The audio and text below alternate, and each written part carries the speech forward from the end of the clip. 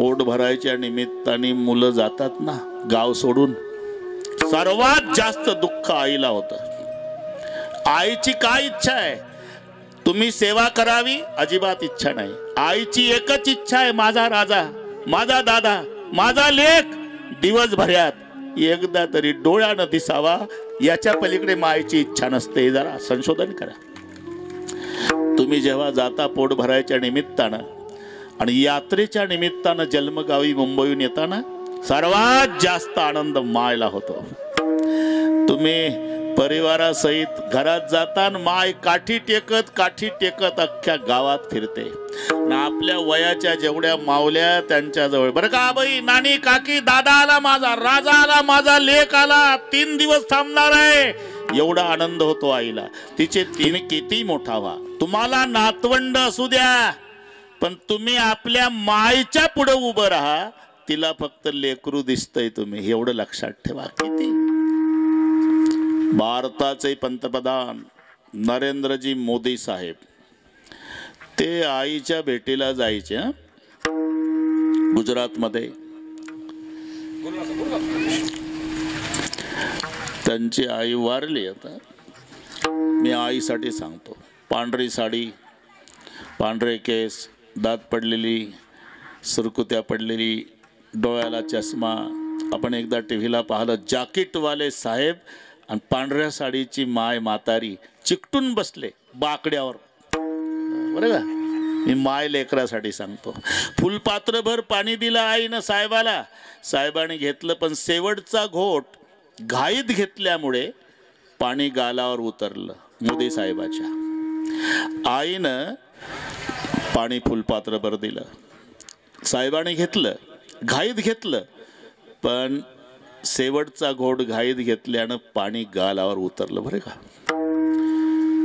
लगेच आईनं साडीच्या पदरानं मोदी साहेबाचं तोंड पुसून दिलं।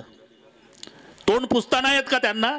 भारताचे पंतप्रधान आहे, पण पंतप्रधान भारताला आहे, मायला लेकरू आहे, हे प्रत्येकाने विचार करा, प्रत्येकाने। म्हणून सब कुछ मिलता है लेकिन माँ नहीं मिलती। तुम्ही किती मोठं व्हा, म्हणून सबसे बडी है माँ, जगाचा बाप श्रीकृष्ण। रविदास गोकुळ सोडलं ना, बरीच माणसं म्हणतात गोकुळ सोडलं, गोकुळ सोडलं, गोकुळ। अरे गोकुळ सोडलं म्हणजे नेमकं काय? याच्यावर कीर्तन होईल एवढं सोडलं। वृंदावन सोडलं, यमुना सोडली, गोवर्धन सोडला, गायी सोडल्या, गोपाळ सोडले। ज्या बापानं लालन पालन केलं तो बाप सोडला। ज्या मायनं बोटाला धरून वाड्यात चालणं शिकवलं ती यशोदा सोडली। खांद्यावरची घोंगडी सोडली, काठी सोडली, मस्तकाचा मोराचा पीस सोडला, कमरीतली बासरी सोडली। आणि जेव्हा जाताना माय गळ्याला बिलगली। अक्रूराच्या हातात बागदोर आहे, सगळ्या गोपिका रडतात। इतक्या रडल्या, इतक्या रडल्या, इतक्या रडल्या, नयनीच्या उदकाने भिजली धरणी, एवढ्या रडल्या। आता गोपीच का इतक्या रडतात, तर मायचं काय झालं असेल? अरे हे लेकराला नाही कळत, यासाठी माय व्हावं लागतं, बरं का। आता पोट भरायच्या निमित्ताने मुलं जातात ना गाव सोडून, सर्वात जास्त दुःख आईला होतं। आईची काय इच्छा आहे? तुम्ही सेवा करावी, अजिबात इच्छा नाही। आईची एकच इच्छा आहे, माझा राजा, माझा दादा, माझा लेक दिवसभरात एकदा तरी डोळ्यानं दिसावा, याच्या पलीकडे मायेची इच्छा नसते। जरा संशोधन करा। तुम्ही जेव्हा जाता पोट भरायच्या निमित्तानं आणि यात्रेच्या निमित्तानं जन्मगावी मुंबईहून येताना सर्वात जास्त आनंद मायला होतो।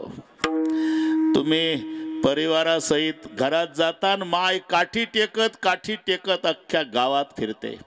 आपल्या वयाच्या जेवढ्या मावल्या त्यांच्या जवळ, बरं का बाई, नानी, काकी, दादा आला माझा, राजा आला माझा, लेक आला, 3 दिवस थांबणार आहे, एवढा आनंद होतो आईला.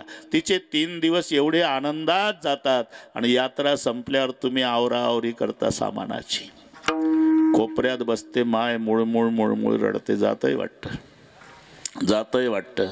आणि जेव्हा तुमच्या आईच्या पाया पडतो ना मुलगा, तोंडावून हात फिरवून विचारते, कधी येशील माझ्या राजा?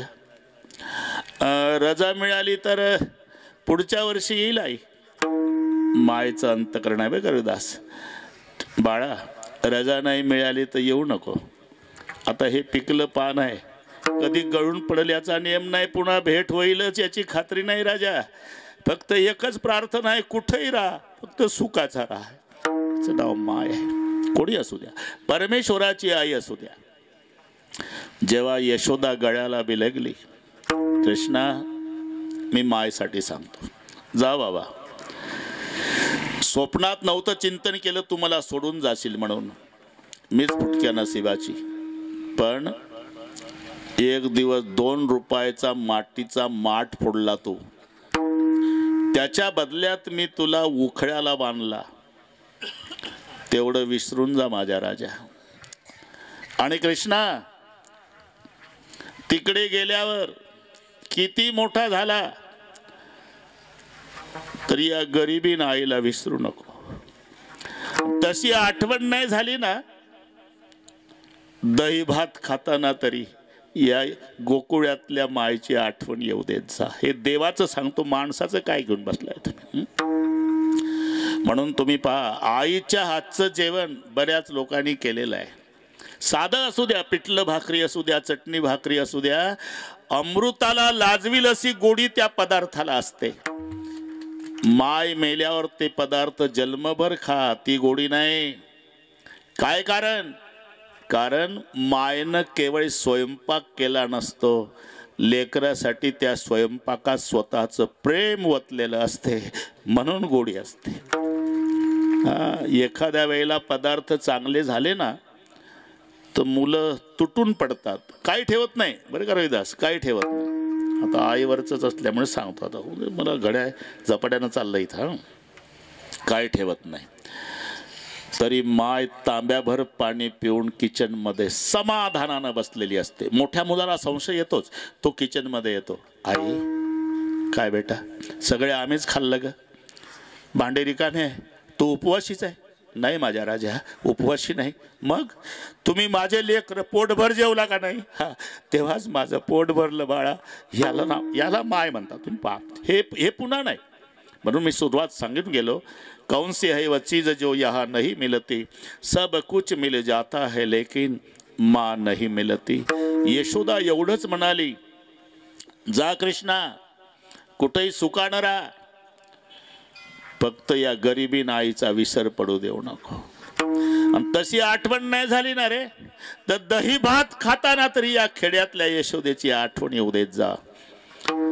हे मायेचे शब्द ऐकले गोकुळ सोडताना, आणि कृष्णजीनं प्रतिज्ञा केली, आई जातो पण प्रतिज्ञा करतो, आजपासून मरेपर्यंत तुझा कृष्ण दहीन भात खाणार नाही. बरं का, गोकुळ सोडलं ते प्रतिज्ञा करून. पुढे वाढवत नाही. मथुरेत मामा मारला, आजोबा राज्यावर बसवला. 18 वर्षे भगवान मथुरेत होता, 11 वर्षे 52 दिवस गोकुळात होता, आणि 95 वर्षे द्वारकेला. हे घरी गेल्यावर हिशोब करा जमला तर. द्वारकेचा राजा झाला. तिथल्या आई देवकीला बजावून सांगितलं, आई जिंदगी में कभी थाली परसोगी तो मेरी कसम है, थाली में गोरस नहीं रखना माँ. जन्मात कधी दही भात वाढायचा नाही, हे माय देवकीला सांगितलं. बरेच वर्षे आईनं नियम पाळला, पण आई आहे शेवटी. एक दिवस न राहून दहीन भात वाढला ताटात. कृष्णजी जेवायला बसले, पहिलं दही भाताकडे लक्ष गेलं. दही भात पाहिल्यावर महाराज गोकुळातली माय दिसायला लागली. बरं का, आणि जे रडणं सुरू झालं देवाचं, दिलं ताट सारून. राजमहालाच्या कोपऱ्यात जाऊन हुंदके देवदेव देव रडतोय तेव्हा देवकी माता चिंतातूर झाली न उद्धवाला, उद्धव अरे कृष्ण ने भोजन नहीं किया, थाली पर से वो दीवार के पास जाके रो रहा, अभी जाता हूँ माँ पूछता हूँ श्री कृष्ण जी को। तेवा उद्धव जी आले, कृष्ण जी माँ देवकी ने कहा है कि भोजन नहीं किया और नहीं करूँगा, क्या हुआ? और कितनी बार मैंने मेरी माँ देवकी को कहा था कि माँ जब थाली परसोगी जिंदगी में तो थाली में गोरस नहीं रखना। आज मेरी माँ देवकी ने थाली में गोरस रख दिया। उद्धव जब थाली में गोरस देखता हूँ भाई तो उस गोरस में मेरी उंगली पकड़कर चलाने वाली माँ जसोदा याद आती है। उद्धव एक सवाल पूछूं क्या उद्धव, क्या मुझे माँ जसोदा की याद क्यों आती है? क्यों आती है? मेरी माँ भी रात दिन गोकुल में मेरी याद करती होगी। थोडंसं वाढतंय पण आता आता आता पूर्ण करावंच लागेल। हा ठीक आहे, मग 3.5 वळीचं पत्र दिलं भगवान श्रीकृष्णाने उद्धवजी जवळ। 3.5 वळी। सुनहु कान मोरी जसुमती मैया, हा मायना आहे। हा कळत नसेल तर गोड वाटते तुम्हाला, ऐकत राहा। हे कोणताच बुवा सांगणार नाही, ठोकाठाक्यात चालू आहे आता। एक होती सासून एक होता जावाई। सुनहु कान मोरी जसुमती मैया, आवही गे दिन 4-5 महल दर दो भैया। प्रात उठे कबहु न करेहु कलह, कबहु न पय पियो मैया। जब ते माता तुम ते बिछड़े कोण कहू कन्हैया। या 3.5 वळीचं पत्र कळलं ना? गोड वाटलं तुम्हाला? पण सांगतो मराठीत, अजिबात टेन्शन घेऊ नका। हा मायना आहे ज्याला पत्र, पूर्वी पद्धत होती रे, पत्र शाळेत शिकवायचे गुरुजी कसं लिहावं। आता पत्राची गरज राहिली नाही। हालो म्हटलं की तिकडून आलो म्हणतंय ते। आता कोण लिहिते पत्र? लाल डब्यात टाकणं ते जाईल कधी? दिल्लीचा नाही अमेरिकेचा माणूस इथं मालेगावला बसून त्याच्याशी बोलतो। आता पत्राची गरज नाही। ती पूर्वी गुरुजी शिकवायचे पत्र, ज्याला पत्र पाठवायचं त्याला आदरार्थ शब्द तो मायना। मग एक छोटी अर्धी वळ असते पत्र लिहिण्याचे कारण की त्याच्या पुढे सुरू होतो त्याचं नाव मजकूर, आणि मजकूर संपल्यावर कळावे लो बसावा आपला। ही पत्र सांगतो तुम्हाला, ब्रजभाषेतला आहे। सुनहु कान मोरी जसुमती मैया, ज्याला पत्र पाठवायचं असते ना त्याला आदर द्यायचा असतो। राजमान्य राजश्री तीर्थ स्वरूप अमुक अमुक यांना, तसं सुनहु कान मोरी जसुमती मैया हा मायना आहे। पुढे मजकूर सुरू झाला आणि शेवटी आपला आज्ञाधारक अमुक अमुक असायचं। तसं आवही गे दिन 4-5 महल दर दो भैया। प्रात उठे कबो न करेहु कलह, कबो न पय पियो मैया। जबते माचा तुमते बिछरे कोण कहेहु कन्हैया। कन्हैयावर पत्र थांबले, जसोमती मैयावर सुरू झालं आणि कन्हैया शब्दावर थांबला। आता पत्र कळलं तुम्हाला? विठ्ठल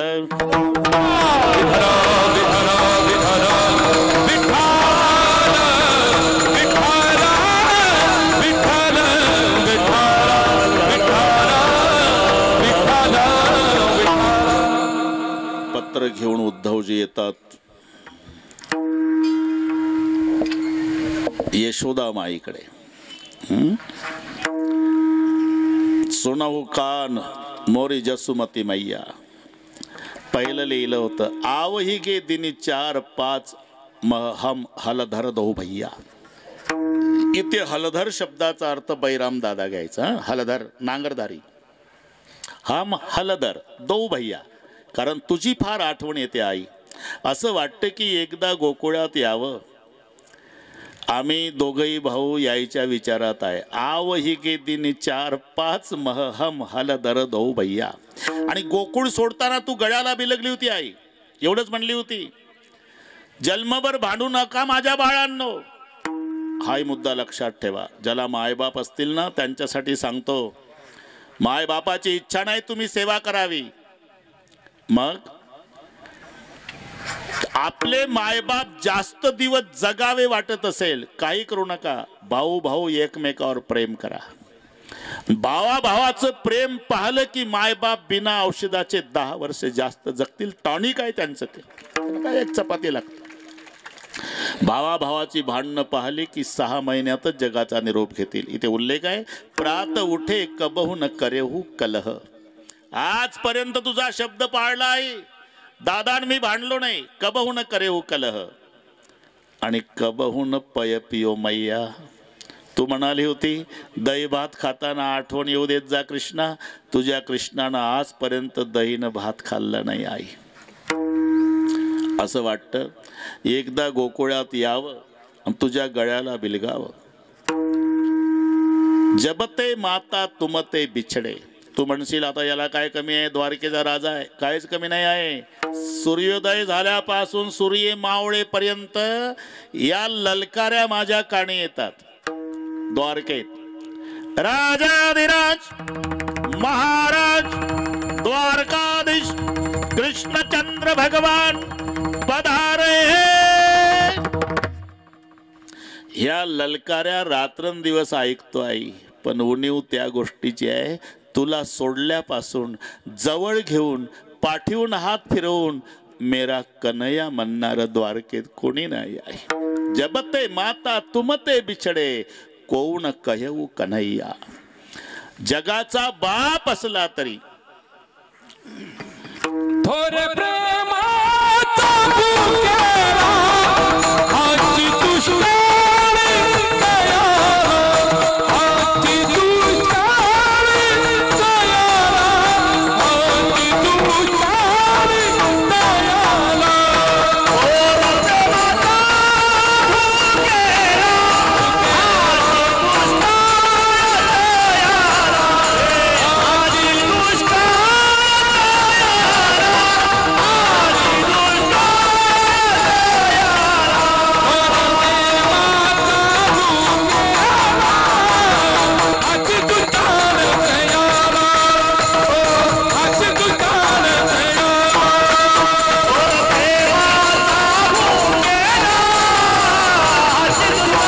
भुकेला हाची तुष्काळी दयाला,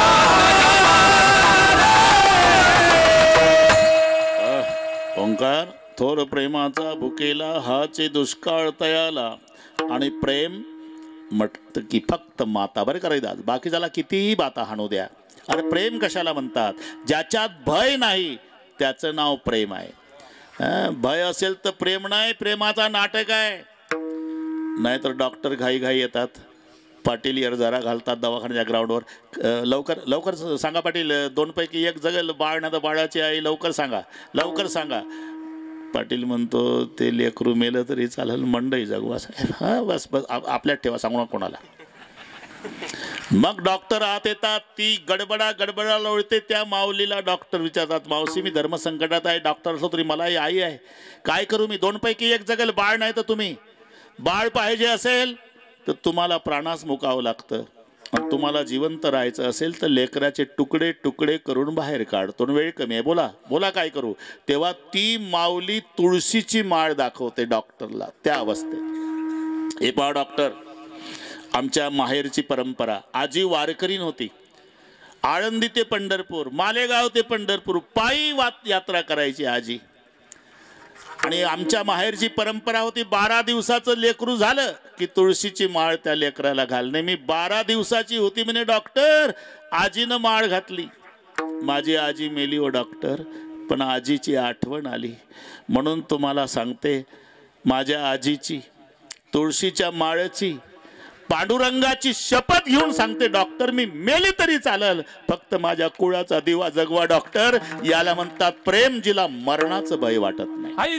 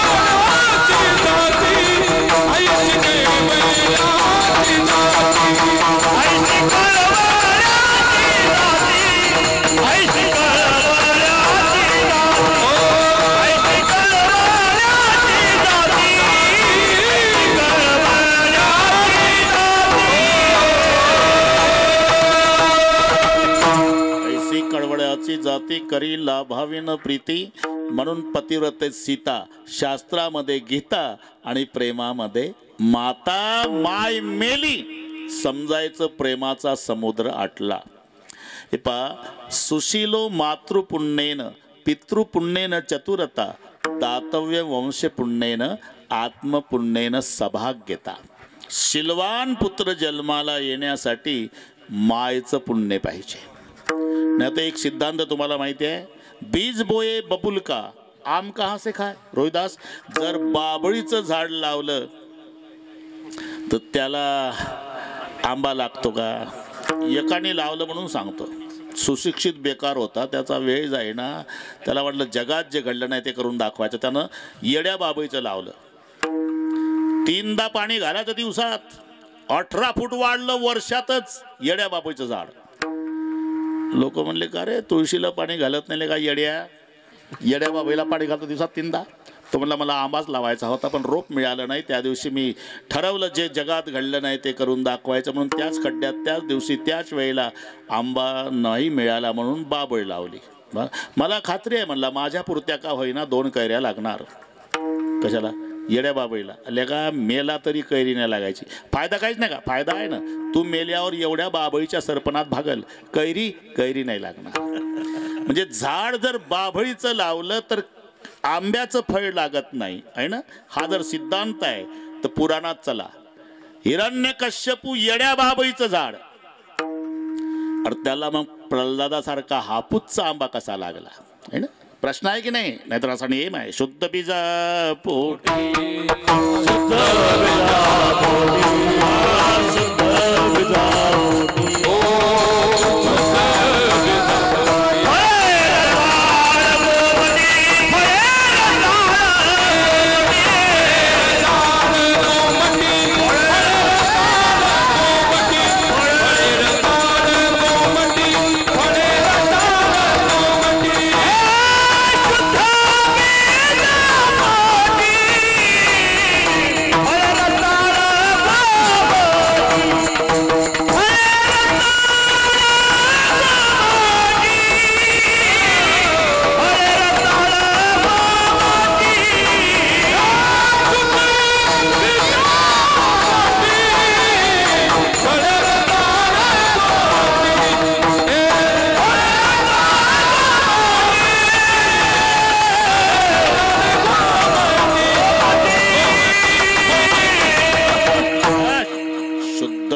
पोटी फळे रसाळे गोमटी, गोमट्या बीजाची फळ ही गोमटी. जर नियम आहे रहिदास, बाभळीला आंब्याचं फळ लागत नाही तर हिरण्यकश्यपू झाड बाभळीचं, लेका प्रल्हादासारखा हापूस. त्याचं कारण त्याची माय, तिचं नाव कयादू, उदरात आहे प्रल्हाद. हे चतुर्थ चिरंजीव आहे. हे चतुर्थ. आधीचे 3 होते, लाद, अनुल्लाद, सल्लाद, सर्वात धाकटा प्रल्हाद. हा बस जमला, एवढं लक्षात ठेवा. हिरण्यकश्यपूची 4 मुलं. अरे मग पहिले 3 प्रसिद्ध का नाही झाले? ते बापासारखे निघले म्हणून प्रसिद्ध नाही झाले. हे कसं झालं प्रसिद्ध? विरोधात गेलं. ही मराठी कळते ना तुम्हाला? त्याच्या इतकं प्रसिद्ध व्हायचं असेल तर काहीच करू नका, फक्त विरोधात जा, तेवढंच बॅनर तुमचेही लागतात. म्हणून लाद, अनुल्लाद आणि सल्लाद हे 3 बापासारखे, म्हणून प्रल्हाद विरोधात गेला. का? बापाचा कायदा, नाव घेऊन देवाचे, प्रीत हिरण्यकश्यपूचे, आणि तो कायदा तोडणारा हा चतुर्थ चिरंजीव. नाम प्रल्हाद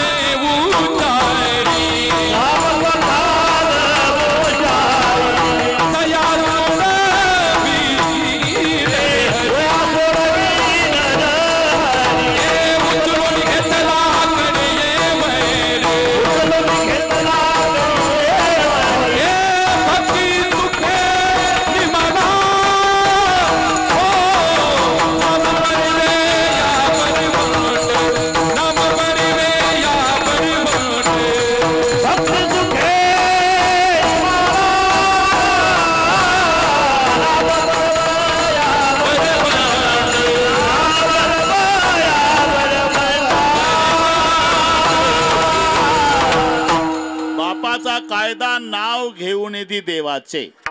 आणि कायदा तोडणारा चतुर्थ चिरंजीव नाम प्रल्हाद उच्चारी. असं का झालं तर उदरात प्रल्हाद आहे. गरोदर अवस्थेत इंद्र चोरून नेतो कयाधूला. नारदाच्या आश्रमापासून जात असताना नारदजी म्हणा, ए इंद्रा, अरे ती महान पतिव्रता आहे, सोड देच. सोडलं. इंद्र निघून गेला. कयाधू गरोदर अवस्थेत नारदाच्या आश्रमात. नारदाच्या आश्रमात कोणतं कॅसेट लागत होतं? झिंग झिंग झिंगाट. नारायण नारायण श्रीमन्नारायण नारायण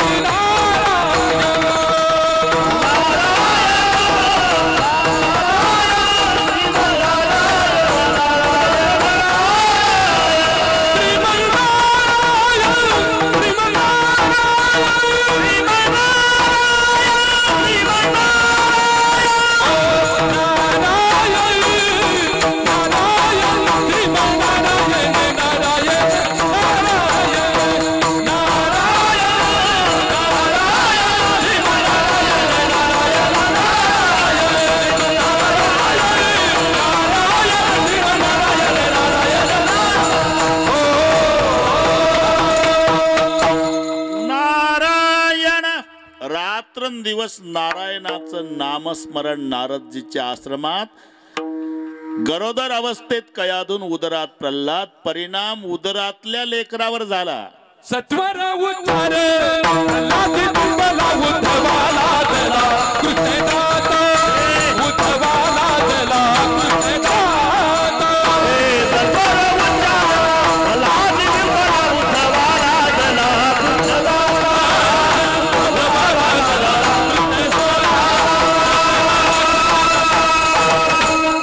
म्हणून हिरण्यकश्यपू जरी वाईट असला तरी त्याच्या पोटी जन्माला आलेला नामधारक प्रल्हाद याला कारणीभूत हिरण्यकश्यपू नाही, त्याची माय कयाधू असल्यामुळे धन्य त्याची माय.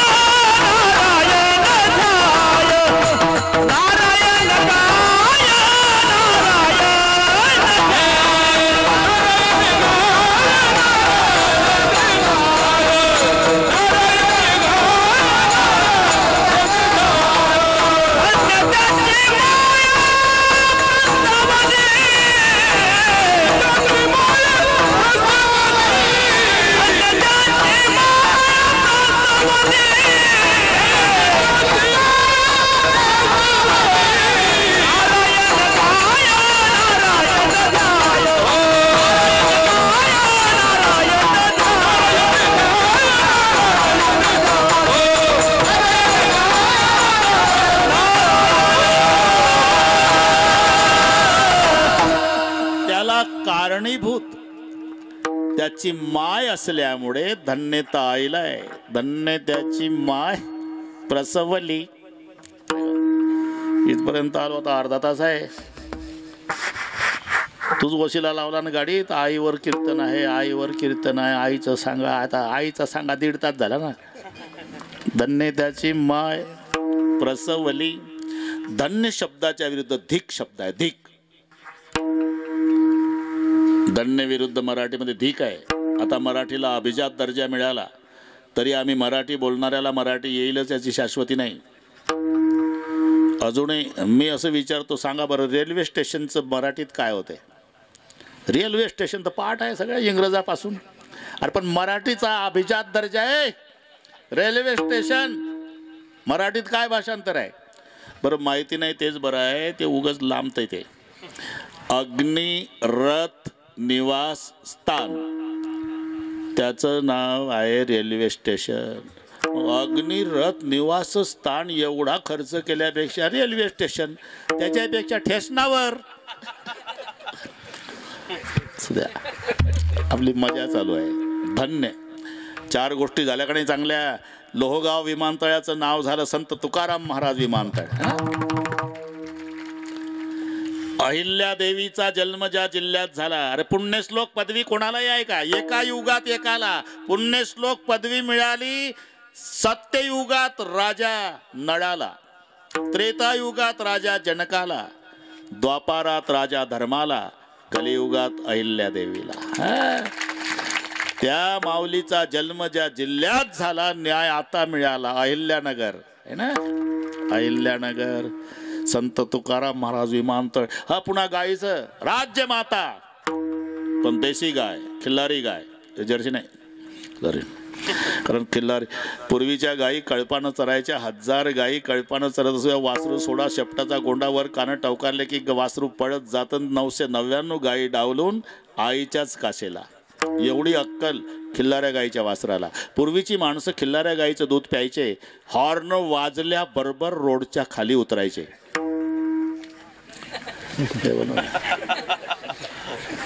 बोललो का आपण काय? हे अनुभवणं असतात. आता हॉर्न वाजवा, 2 पावलं गाडीच्या पुढे येतं. समजाव याचा तेभर दोष नाही, जर्सीच्या दुधाचा परिणाम आहे. राज्य माता नाही काय अभिजात. हे धन्य, इथे धन्य त्याची माय. अरे धन्यच्या विरुद्ध मराठीत काय शब्द आहे? धिक. धिक. तुमच्या पखवादात धिक आहे का नाही? हा, धिकतान धिकतान धिकतान. त्याचं कारण आहे, तो म्हणतोय धिक्कार असो. बरं का, धिक्कार असो. तमाशातलं वाजणं वेगळे, इथलं वेगळे. तिथे नरकुंड डूब जाओ, नरकुंड डूब जाओ, नरकुंड डूब जाओ, नरकुंड डूब जाओ, नरकुंड डूब जाओ, नरकुंड. ढोलकी सुरू होती आधी. नरकुंड डूब जाओ, नरकुंड डूब जाओ, नरकुंड डूब जाओ. तोंडी कोणी उठत नाही. प्रत्येकाला वाटतं बिगर तिकीट डूब जाओ असेल. मग तुंतून येतं विचारायला, कोण कोण कोण. तसंच वाचतं ते रात्रभर. तो ढोलकीला प्रश्न आहे त्याचा. नरकुंड डूब जाओ, नरकुंड डूब जाओ, कोण कोण कोण कोण कोण. मग मंजिरावाला, सबजन सबजन तिकीट वाले, बिगर तिकीट सबजन डूब जाओ. इथे धिक्तान असतो. मजा सांगतो वाद्यातली. धिक्तान. येशाम न प्रीती. ज्याचं प्रेम देवकी पुत्र श्रीकृष्णावर नाही, त्याच्या जिन्याचा धिक्कार असो, धिक्कार असो, धिक्कार असो, धिक्कार असो. पखवाद म्हणतोय, धिक्तान धिक्तान धिक्तान दिगेतान सततम कथयंती कीर्तनस्य मृदंगः. याचं नाव धिक्तान. त्याचा जाऊ दे आपल्या कामापुरतं. धिक शब्दाचा, हो ना, हो अजून वन्स मोरच चालू आहे, मला काही वैतागलं नाही. धिक शब्दाचा अर्थ धन्यच्या विरुद्ध आहे. म्हणजे धन्य त्याची माय. इथे आईला धन्यता दिली, तसा आईचा धिक्कारही केला. मुलगा झाला, मुलगा झाला, मुलगा झाला. थांबा, मुलगा नाही झाला. मग व्याली कुऱ्हाडीचा दांडा, व्याली कुऱ्हाडीचा दांडा, व्याली कुऱ्हाडीचा दांडा, व्याली कुऱ्हाडीचा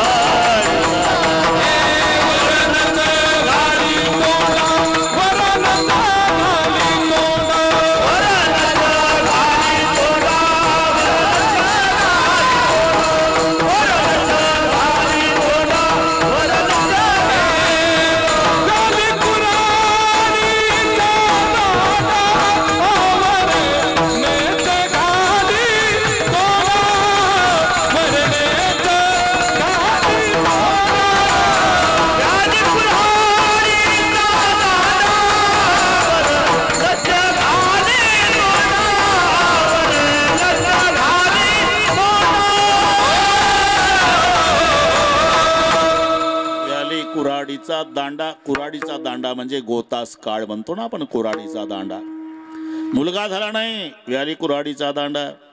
मग त्या बाळाचं काय होतं? बाळाचं काय व्हायचं नंतर बघू. पण त्या बाळाला जन्माला आणणाऱ्या आईचं काय होतं? तू कमल जाय नरका भक्ताची माय, नरका भक्ताची माय, नरका भक्ताची माय. कमल जाय नरका भक्ताची माय, नरका भक्ताची माय, नरका भक्ताची माय. तू कमल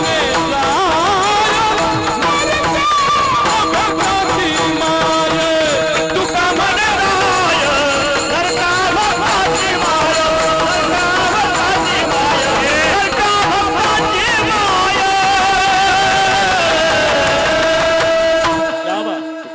जाय नरका अभक्ताची माय. ज्याच्या मुखाला नाम नाही, धिक्कार त्याच्या आईचा केला. तुम्हाला पाठ आहे, फक्त तुम्ही सांगत नाही. हरी नाही मुखाशी हरी मुढा. सुरुवात कायची? काय माय गेली होती. बस जाऊ दे, आता पुढचं पाठच आहे ना, काही सांगायची गरज आहे.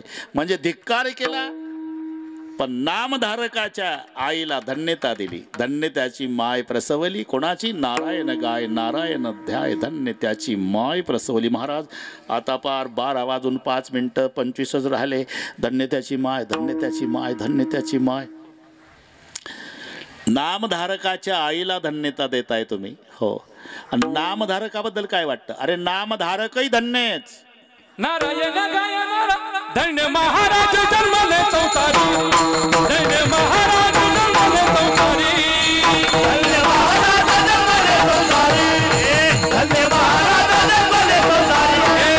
धन्य महाराज जन्मले चौकारी. धन्य महाराज जन्मले चौकारी. धन्य महाराज जन्मले चौकारी. धन्य महाराज जन्मले चौकारी. जय जय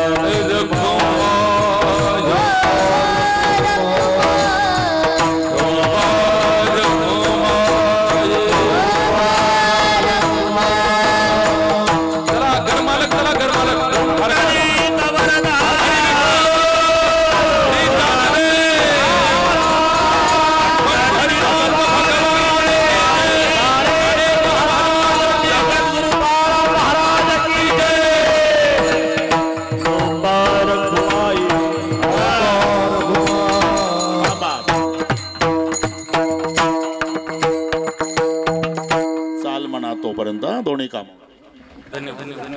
बारीक लाव. धन्यवाद. प्रसवनिता धन्य महाराज जन्मले संसारी.